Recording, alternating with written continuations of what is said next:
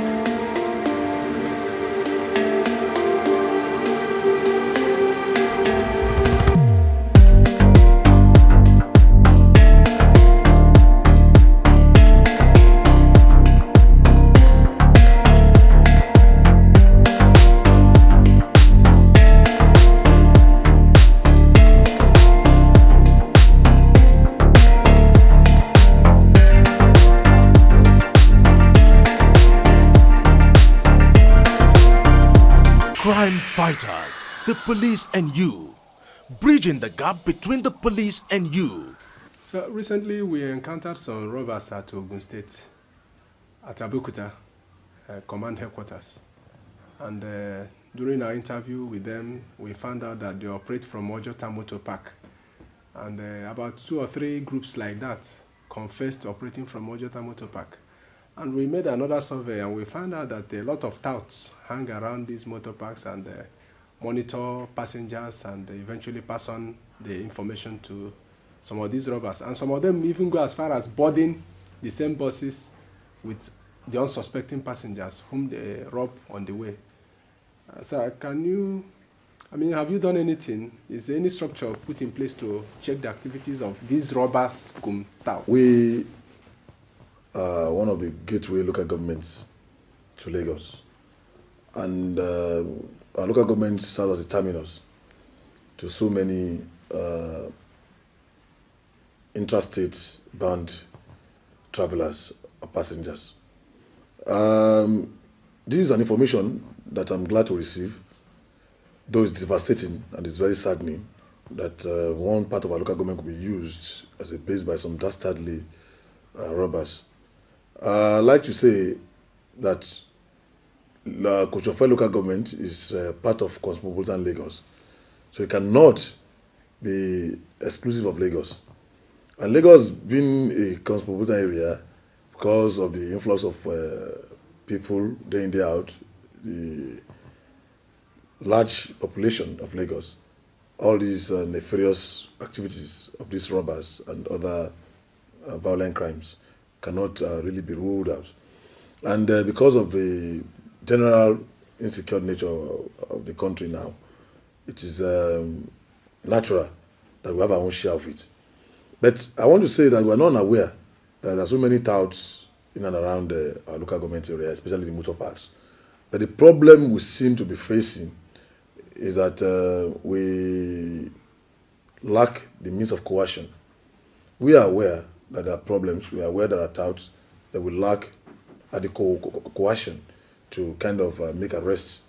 When you look at the local government, I've argued several times, we are not actually saying there must be a local government police. But what we are saying is that the Nigerian police force must be structured in such a way that local government should have a detachment of policemen to help enforce our laws and maintain peace and order. What we are saying, just a detachment, maybe about 20 policemen attached to a local government. We don't even mind to be responsible for the upkeep and welfare of those policemen. But right now, what we have, we just have spy policemen who are not armed. At times, to carry out an operation like that, you need some people who are armed. That's not to say that our police formations are not cooperative. That's not to say that they've not been helping the area commander of Area H. Well, we are yet to come to that. Yes, we come to that. But what I'm trying to say, because I didn't want to be misunderstood on that, I will be ungrateful and I will sound, very, very ingratitude if I say, okay, maybe the police have not been cooperative. As I said, let me just chip that in. Okay. But what we say is that there must be a direct flow of command at times so that for efficiency and for efficacy. Okay. But right now, as we have had now, we are going to, we have our own neighborhood watch. There's some people called special squad. Those people don't wear uniforms and they are on the payroll of the government so they can monitor some of these activities and report back to us. Some of them are even actually extracted from the former motor park touts. So they can mix very well and give us the. Anyway, there are some other things that we cannot be discussing on air because they are security tips. So we will now look more closely. The problem we had before was within our markets. We knew that most of our markets have been turned to residences. These are age-long problems, and we have written to the Commissioner of Police. The Commissioner of Police has been very responsible on that. He actually even advised that some demolitions will be carried out in some of our markets, but we are still trying to get the executive governor's attention on that so that we can have a common force against those people who have turned markets into residences. I've actually even proposed a bill or a motion to the House of Assembly such that they could legislate for us that no market in Lagos State should be used as a residence. So every market should open by 6 a.m. and probably close later by 7 p.m. If that happens, I can assure you, then we have a lower crime rate in our markets and motor parks.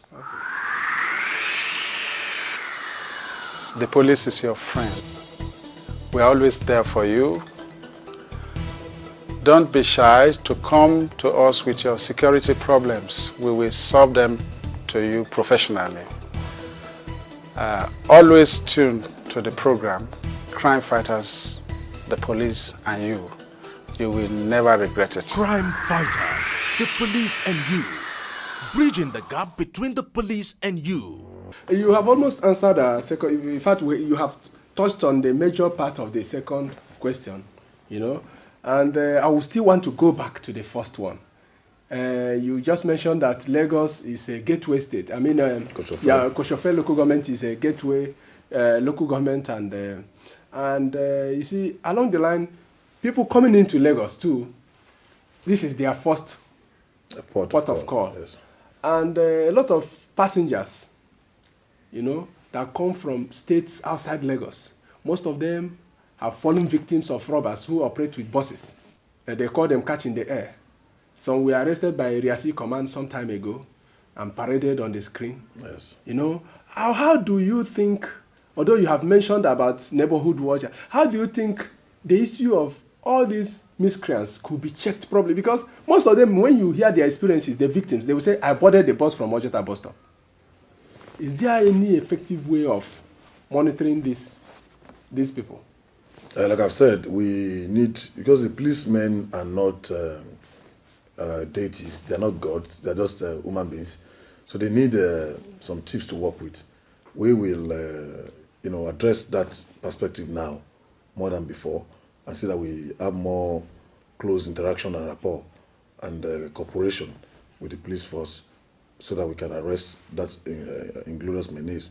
But right now, what I would just say about these people that you call them catching the air is that they operate, they're like miscreants. Some of these touts who are on drugs, who are under nefarious influences, operate just to.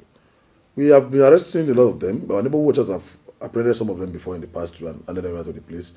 The police have been very effective to. They have arrested so many of them, and I think the menace is a bit low in the last 2-3 months now in our area. It was not as rampant as it used to be. But the truth of the matter is that this is just part of the crime situation, and we can only develop sophisticated approach to it. It is not something the local government chairman or local government office can actually face, because though most of them, I have said, some of them are based in our area, and they have their bases, operational bases.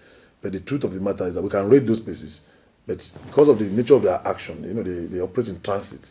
So they don't operate at their bases. They may be doing other nefarious things in their bases, maybe like smoking hemp, and they are women and all that.